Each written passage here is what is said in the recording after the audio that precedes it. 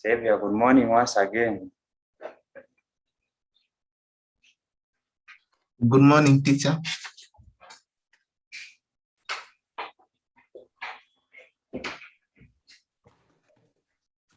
So, I don't know how far you had gone with the animal production,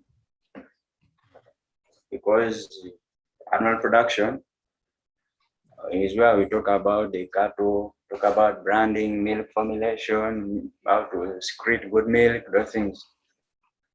And then we also handle a part of it which deals with the nutrition in animals, whereby we talk about the digestive system of the animal, we talk about the rations, concentrates, and then we do the formulations, we do a little bit of calculations there. Had you covered something looking at that direction? Yeah, teacher, we ended at like management practices, whereby we started castration, but then that ended.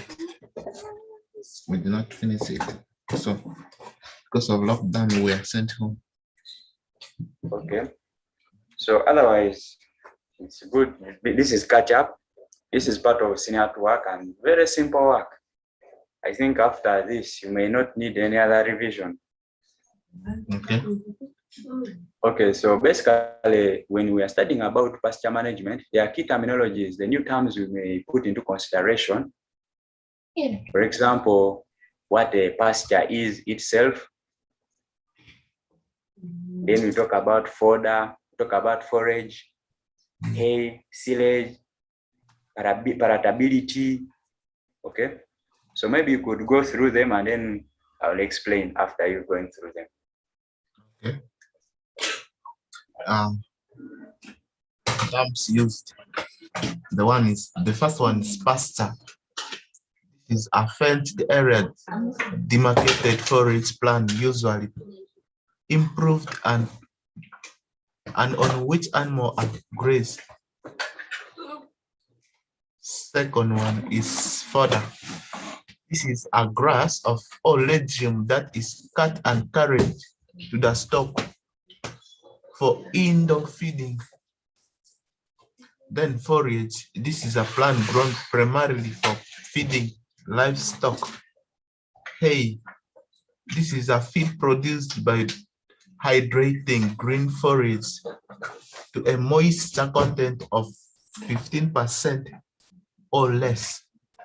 Then silage. This is a forage preserved in succulent conditions by pastoral formation. Then palatability. This is the relative attractiveness of feed to animals. Then herbage. This refers to leaves, stems, and other succulent part of forage plant that animal can feed on. Stocking rate. This is the number of animal grazing in unit area of pasture land, irrespective of reliable or available habits. Carrying capacity.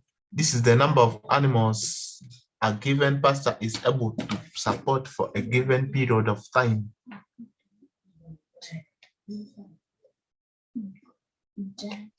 Thank you. So basically, you never know, tomorrow you could be one of the extension workers in your community, one of the agriculturalists in your community. We have to be knowing this in our fingertips. Like a pasture, a person would ask you, what's the difference between pasture and grass itself? Because everywhere there's grass. And people think every grass is eaten by these animals. So pasture is a fenced area, demarcated forage plant, usually improved, and on which animals are grazed. Okay, forage, I'm trying to make sure that we come out with a very good definition. Now here forage says, this is a plant grown primarily for feeding livestock. So when you plant forage, You treat it just like any other crop, just like when you grow your tomatoes. You control diseases, you control pests, you fence it, you improve fertility by applying fertilizers and the rest of the things. So that is pasture. Leave alone the grass which grows in the bush there, and then you take your animals to graze. Okay, so that is pasture. Pasture is a fenced area of demarcated forage plant, usually improved, and on which animals are grazed. And then fodder. This is grass or legume that is cut and carried to the stock for indoor feeding. So in simple terms, when you have planted your pasture, or when you have planted your forage to formulate pasture, you just go and cut the forage. Okay, when you cut that forage, it becomes fodder. Fodder is what you carry to the animals' residency. For this case, when these animals are kept indoor, they are inside the house. They don't move out. So you go and cut the pasture and bring it to the animals. It could be grass or legume. Legumes, we have different types of legumes. We shall look at the different types of pasture in detail as we continue. So when it comes to hay, this is feed produced by hydrating green forage to moisture content of less than 15 or less. Hydrating, you get the real forage, the one which you get from the field, you put it under high temperatures, maybe the sun, but you'd sun dry it under controlled conditions. You could put a shade. Don't make it very dry, but at least moderate. Have you seen where they feed donkeys from? What they feed on donkeys, that is hay. Donkeys feed on hay. So that is the meaning of hay. It is just normal grass, but for it, they have removed the water from it.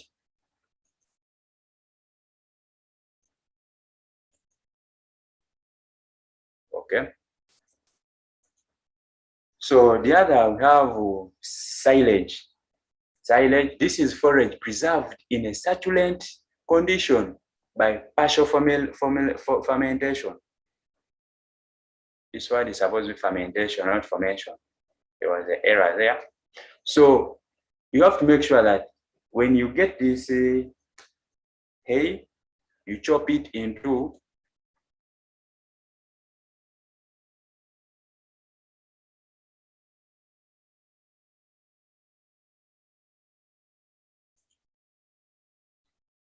you get the pasture. So I've seen that, thank you. So when you look at when you get the pasture from the garden, you chop it into smaller pieces. After chopping, you put inside a silo. A silo is just like maybe a bag. After putting silo there, you'll put molasses. After putting molasses, you tighten the silo to avoid the entry of oxygen, because you want fermentation to occur inside the silo. You keep it in an airtight place for a period, maybe 2 weeks. After that, you give to the animal to eat. That is silo, but we shall look at how to formulate silage. But to differentiate between hay and silage, just know that hay is hydrated green forage. Dehydrated, the one which they have removed the water, or dry forage. And then silage is forage preserved in a succulent condition by partial fermentation, where the anaerobic anaerobic respiration occurs without the presence of oxygen.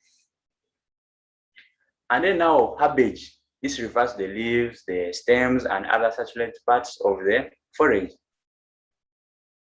plant that animals feed on. not these plants cannot feed on the roots.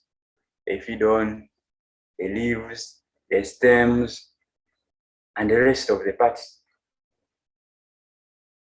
And then the stocking rate. This is the number of animals grazing. Animal grazing in a unit area of pasture land, irrespective of the reliable or available habitat. So here we are looking at the total number of animals grazing in a pasture land. If there are 100 animals feeding on a certain given pasture land, that is the stocking rate. Just like they say, a classroom has to contain 50 students. But if it goes beyond the 50 students, it means that the stocking rate is too high, irrespective of the total number of desks present in class. So even here, the number of animals grazing in a unit area, irrespective of the available habitat. And then carrying capacity. This is the number of animals a given pasture is able to support for a given period of time. If you have fenced your farm, your pasture, you have named it A, B, C, D. A total number of animals a pasture can support, be able to provide the necessary habitat also matters. So carrying capacity is different from stocking rate. So when you find such definitions, you should be able to differentiate them. I hope this page is okay. Yeah, it is.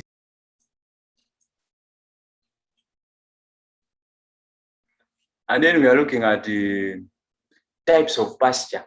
We have natural pastures. And then we have, which other pasture do we have apart from natural pasture?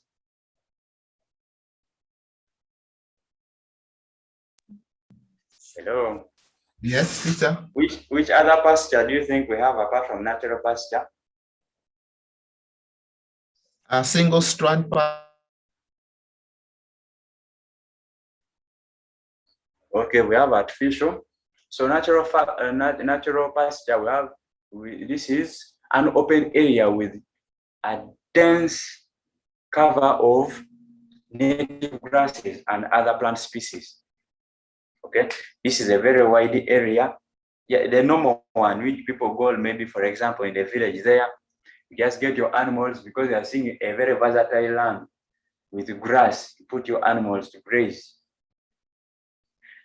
And then these pastures have advantages and disadvantages to our animals. Advantage number one, forage plants found in natural pasture are well adapted to natural conditions, hence can survive even under poor management practice. When you don't spray for them, they will survive. When you don't control parasites, they will survive. When there is no rain, the pasture still survives. And then natural pasture contains a variety of forage plant needed in the animal diet. It has very many species. It has a very good balanced diet compared to maybe yours, artificial, which you just plant. So the other says, they are found in areas that are difficult to cultivate, hence help in the utilization of such idle places. Okay, they are found in areas that are hard, for example, the rocks, hilly areas, and they are very important because they help to develop such idle places. They even help to control soil erosion. And then the other advantage is they can support a large population of local livestock species like goats, sheep, cattle, etc. It can support such animals for a given period of time. They are cheap to maintain since they don't require a lot of care. You can easily maintain them by slashing, maybe by controlling parasites, pests, etc. Compared to the other ones, artificial, you need to apply fertilizers, you need to do ABC and the rest. So there are so many things to be done in order to improve the artificial. The last point says they require fewer inputs during improvement. You put in little to improve. Like when you are buying the fertilizers, you may put less because these ones already adopted poor conditions of the soil and they have been multiplying. So you just put little to boost. And then the other disadvantages, they are less productive in terms of herbage yields and nutritive value. They are not nutritious and their herbage is very small. Their herbage is very small. Herbage, remember we talked about the leaves, stems, and those are the consumable parts of the plant. It is very low. So the other is the grasses mature very fast, become stemmy and coarse, hence reducing palatability and nutritive value. The grasses grow very fast. The grasses grow very fast and they become stems, and stems become hard. Yeah. And not palatable. Palatability simply means attractive, ability to attract the sweetness. You be eating something and you feel like, yeah, you are eating. But if you are eating, let's say, you are eating cake, a cake is supposed to be tasting sweet, but it is tasting as if it is rotten. Okay, that becomes unpalatable. So when these grasses mature, they become less palatable. And then the other is they are usually grazed communally, hence there are higher chances of livestock using it, leading to overgrazing. There are very many people who use such areas. Natural grass, nobody cares about the pasture. Everybody goes there to graze, and effects of overgrazing could lead to soil erosion. And then due to poor management of natural pasture, livestock diseases spread very fast from one herd to another. It could be a breeding place for diseases and pastures because different animals of different origins meet. When they meet there at the end of the day, you'll find out there are losses. I hope this page has been clear. Hello? Hello, Sylvia? It's okay. Okay. So maybe you could read this. Okay. It's a lay pasture. This consists of improved grasses and legumes that provide high quality forage. Lay pasture are used for intensive farming and particularly for dairy cattle. Then its limitation: high cost of establishment, i.e., money is needed to prepare the land, buy seeds and fertilizers. Lack of available seeds. Seeds are not readily available on a commercial basis for lay pasture. Then poor quality animals. Multi-farmers rear poor quality animal which cannot give profitable return to cover the cost of lays. Then poor managerial skill. Most and skills of managing lay so that they can be productive for a long period of time. Poor soil. Most farmers are not willing to surrender their fertile soil for lay pasture production. Then unreliable rainfall.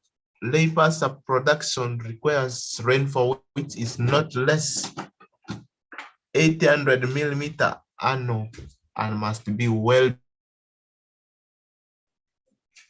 All right, thank you.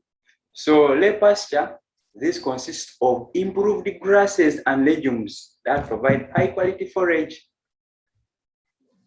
The ones you just plant, you're the one who puts them there, and you have selected them from very good sources. Lay pastures are used for intensive farming and particularly for dairy cattle. Then we have limitations on this. They have challenges. One, high cost of establishment. You need a lot of money to prepare the land, buy the seeds and fertilizers, etc. Just like you are growing a crop. And then there's lack of viable seeds. There are very few seeds which are viable in the market. Seeds are not readily available on commercial basis for lay pastures. If you go to Chikubo, let's say Chikubo or maybe Container Village, you'll go there and then you find that you ask a trader that, do you have seeds for such and such a pasture? The person will be very surprised. Do you think we sell pasture? Okay. So meaning that there are very few places that have viable seeds. Yes, seeds could be there, but their viability matters and the quality. And then the other limitation, the poor quality animals. Most of the farmers rear poor quality animals, which cannot give profitable returns to cover the cost of laying. The animals we rear as farmers, most especially locally, for example, a cow which gives you 1 cup of milk. If 1 cup of milk costs 600 shillings, and you are buying fertilizers for the grasses, the hay, and maybe the legumes, it will become costly to you. And then number 4 is poor managerial skills. Most farmers lack basic knowledge and skills on managing lay so that they can be productive for a long period of time. Most of the farmers don't have knowledge that you have to weed the pasture. They don't know that you have to apply fertilizers. They don't know that you have to control weeds. You have to control soil erosion. You have to control parasites and pests. They don't have that knowledge. Then they think that once you grow the leaves there, the grasses, the legumes, they just continue growing naturally without any other assistance. So that is a limitation. It means that when you are practicing lay pasture growing, you have to have the management skills. And then the other point is poor soil. Most farmers are not willing to surrender their fertile soil for a lay pasture production. A farmer will be like, now I have 1 acre of land. I need to grow beans. I need to grow cassava. I need to grow sweet potatoes, etc. And again, I partition this very land to grow grass, which I may not eat. Okay? That is also there. And besides that, the soil is already of poor quality. So all of those are limitations to lay pasture. And then the last point is unreliable rainfall. Lay pasture production requires rainfall, which is not less than 800 millimeters annually. It should be well distributed. This rain has to be present for proper growth of the lay pasture. Not like the natural pastures. Even if it rains once in a year, those pastures can still remain. Even if it rains like twice in a month, the pastures can still multiply. Is this page okay? Yes, it's very okay.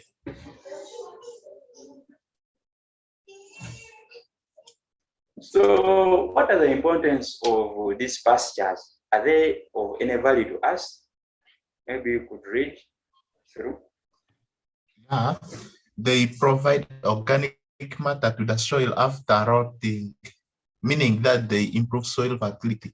Then they provide a wide range of nutrients to grazing animals. They help in utilizing idle land. Deep-rooted pasture plant recycle plant nutrients from deeper layer to soil surface for rooters to use Then they can break life cycle of pests when planted in rotation with crops. They can reduce water evaporation from the soil, acting as cover plant in themselves. But then, teacher, the spelling Quickly. soil, Pardon? the spelling for soil, Mm. Okay. point number 5. Okay. Here, Yeah. it's okay to be worked on. Then pasture are the cheapest source of feeds for animal. The root of pasture plant will bind soil particles together, hence reducing soil erosion. Pasture plant, particularly legumes, improve the soil fertility by fixing nitrogen into the soil. All right, that is very good. Thank you. So these pastures are very important. Once we establish them into our gardens, they provide organic matter to the soil after rotting. Organic matter is a component of dead matter from these plants and the animals, the humus we talk about, which is important to the soil. And they provide a wide range of nutrients to grazing animals. That's the importance of the pastures, because we plant grasses and we plant also legumes.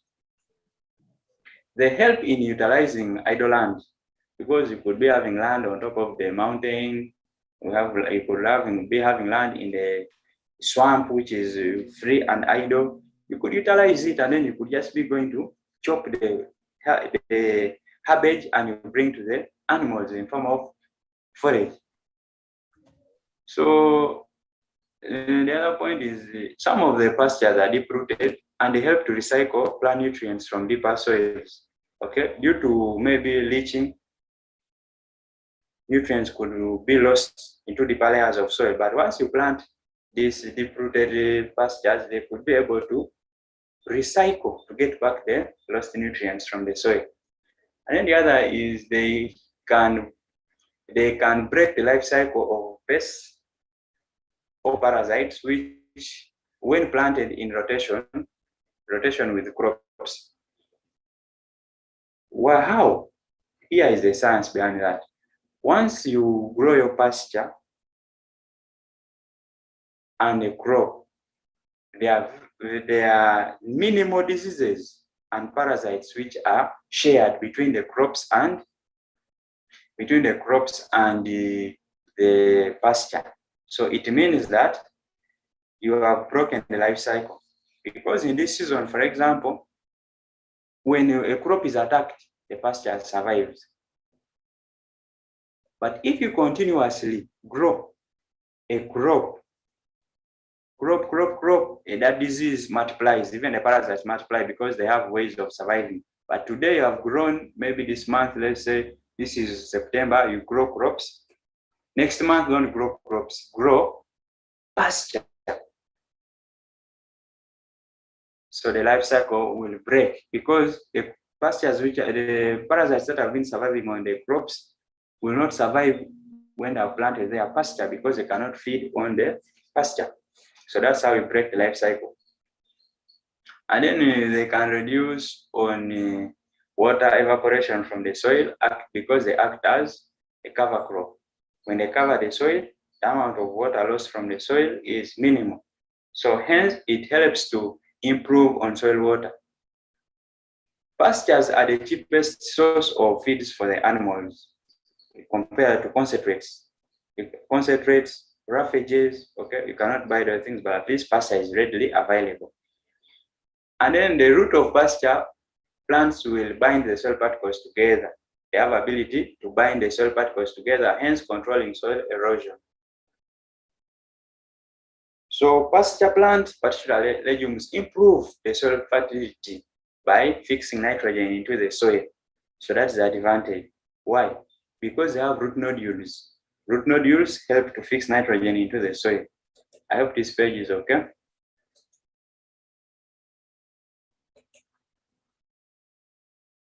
Hello. Yes, teacher, it is okay. Okay, so you could read maybe the methods of improving natural pasture. The pasture which is already existing, how do we improve it? One is fencing. The area should be fenced to exclude wild animals and intruders. Remove bushes and dense tree canopy so that the pasture grass can receive enough light. Weed control, poisonous and notorious.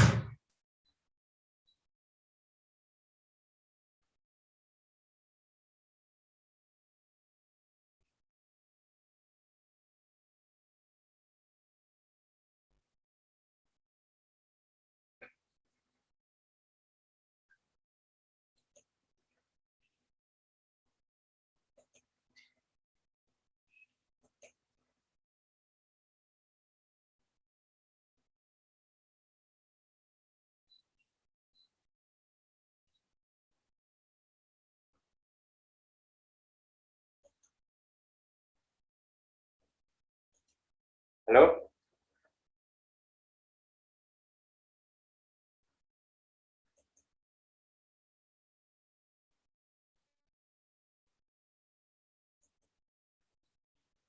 Okay, so fencing is necessity.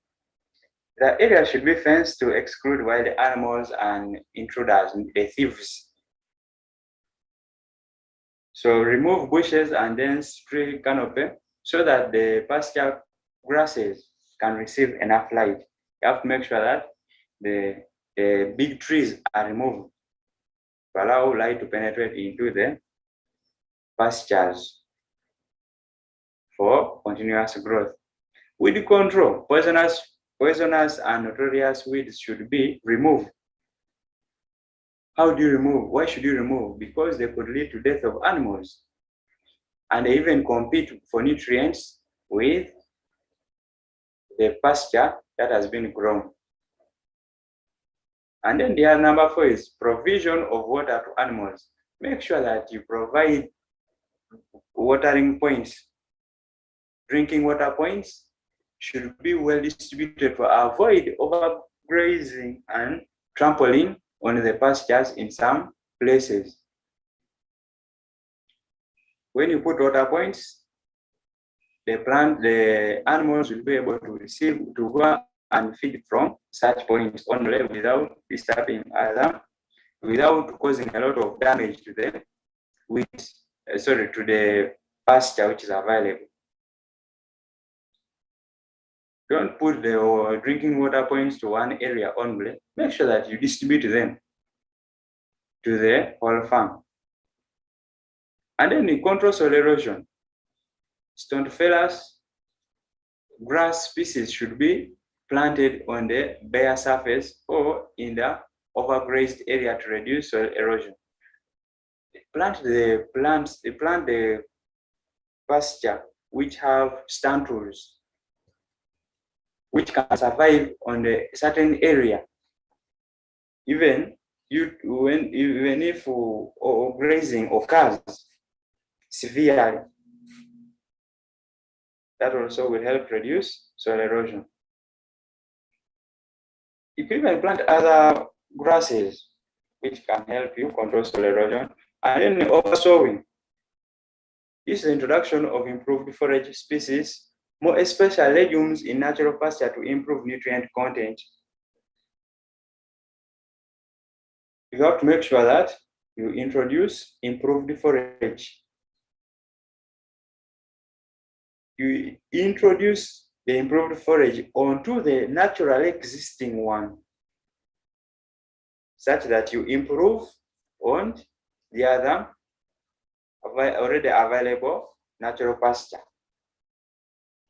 So basically, that is what we are able to see on this page. Let's see how to improve. You went off, what happened? My internet was disturbing this. Okay, that's okay. So when you are improving also these natural pastures, you could practice rotational grazing or controlled grazing strip grazing.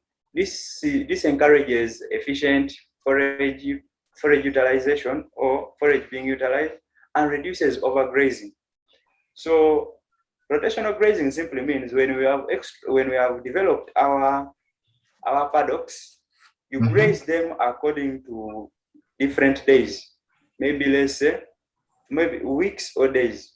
On a Monday, you graze from A, and then the other B, and then just like that continuously. This encourages growth of the forage and also eliminates overgrazing. Overgrazing is dangerous because it could lead to death or elimination of pasture when a place is overgrazed. And then you have to establish forage banks. A forage bank that can be fed to animals when fresh habitat is scarce. A forage bank simply means you go and get hay and silage, you keep them, okay? After preserving them, you keep them for dry season, the season whereby there is no fresh pasture. The animals can easily survive on the existing forage. So a forage bank is very important on your farm. And then number 3 is this is another way of improving pasture. Distribute salt licks evenly in the pasture to stop animals from creating small paths in the pasture as they move to the point with the licks. When these animals want to eat the salt lick, they may want to use only one route, but if you distribute, it means that they will be moving to different directions and they will not concentrate on one area only. Then the other is practice controlled burning so that pasture with parasites are got rid of to give way for young, nutritious forage. You have to burn the pasture. You have to burn the pasture. You have to burn the pasture. Why do you burn pasture? Such that it regenerates new leaves. The leaves are utilized for the animals. So you have to do controlled burning. You don't just go and burn anyhow. But there are also attached advantages of burning. It kills the parasites which are found inside the forage. The last part is you have to drain waterlogged area so as to encourage proper forage growth and pest control, parasite control. You know, where in the natural pasture area, you could find that the certain area which is waterlogged, there's a lot of water. You have to drain that water to a minimum amount which should remain. Why? This too much water could lead to stunted growth and it could act as a breeding area for these parasites. So you have to make sure that you control such areas. You eliminate the areas which are waterlogged.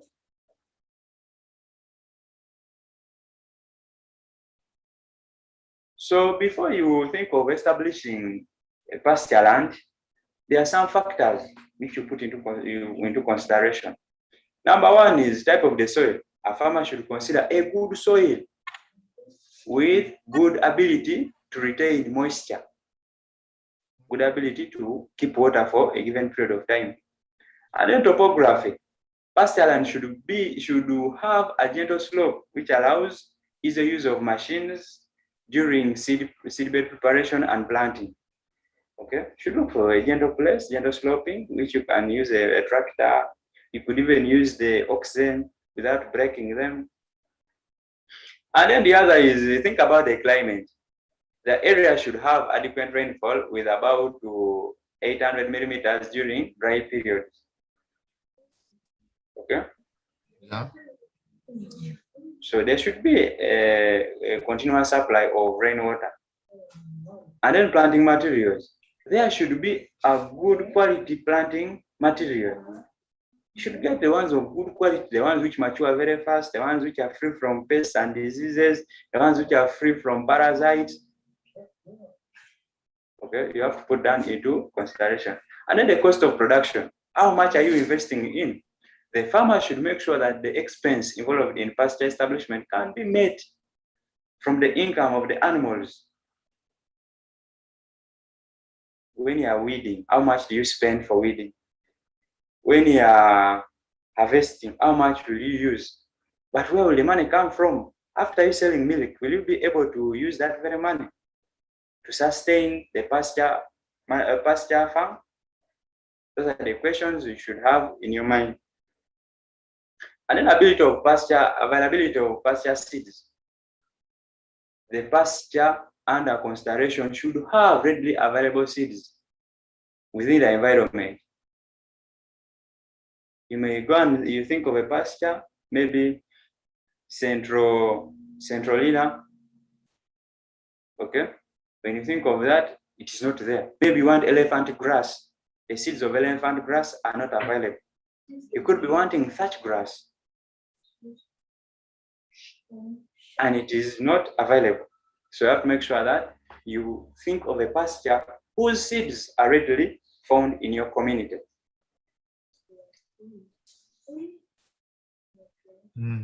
So you have to put this into consideration also. You have to know this, the characteristics of a very good pasture species. What are the things you are looking at? The ones which you look at and you'll be like, yeah, this pasture is the good deal, is the best for my animals. Number one, it should be easier to establish, hence reducing the cost involved in replacing the seeds that fail to establish. When you plant them, they grow very fast without you again coming back to replace the ones which never germinated. So you should think about that. So that's a very good characteristic of such a pasture. Then number two, it should be able to provide habit even in times of scarcity. Should be able to provide habit continuously, even if there are no rains. And then number three is it should be drought resistant. In order to meet these deep-rooted species are always preferred. Should be drought resistant, but if you want to make sure that this is met, you have to plant deep-rooted pasture, because for them they can easily tap water from deeper layers of the soil, even in dry season. The other characteristic is it should be easy to manage, i.e., easy to plant, weed, and harvest. Okay, it should be easy to manage. Leave alone a pasture which grows very tall, like a tree. It becomes very hard to harvest, and even it is hard to weed because of roots which are penetrating everywhere in the garden, or even could be having thorns. That's not the best. Should be highly palatable so that animals can take it. Should be having that appetite. Should be nice when they are eating it, so that animals can eat it. But if you plant the one which animals don't like, it will grow there and no animal will taste it. It should match with the nutrient requirement of the animal. What do you think animals desire? They need carbohydrates for energy, they need proteins for the growth of body cells, for milk production, etc. So the plant species the pasture species you are planning to grow should have such characters. I hope this page is okay. Yes, it is okay, teacher. So here are other additions of a character. The other is it should show a high resistance to grazing. The species should be able to regenerate after grazing and persist for at least 3 years.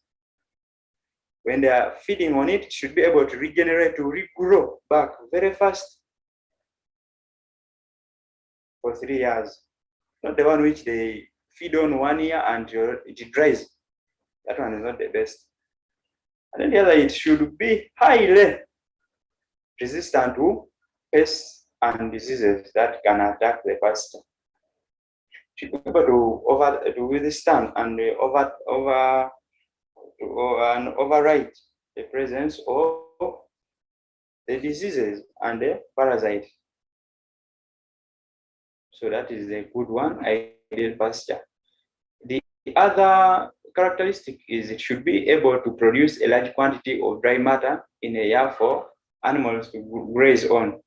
Should be able dry matter that the herbage should be too much, not the one which produces roots more than herbage, because animals don't feed on roots. It should have a suitable height from the ground to allow easy grazing by the animal.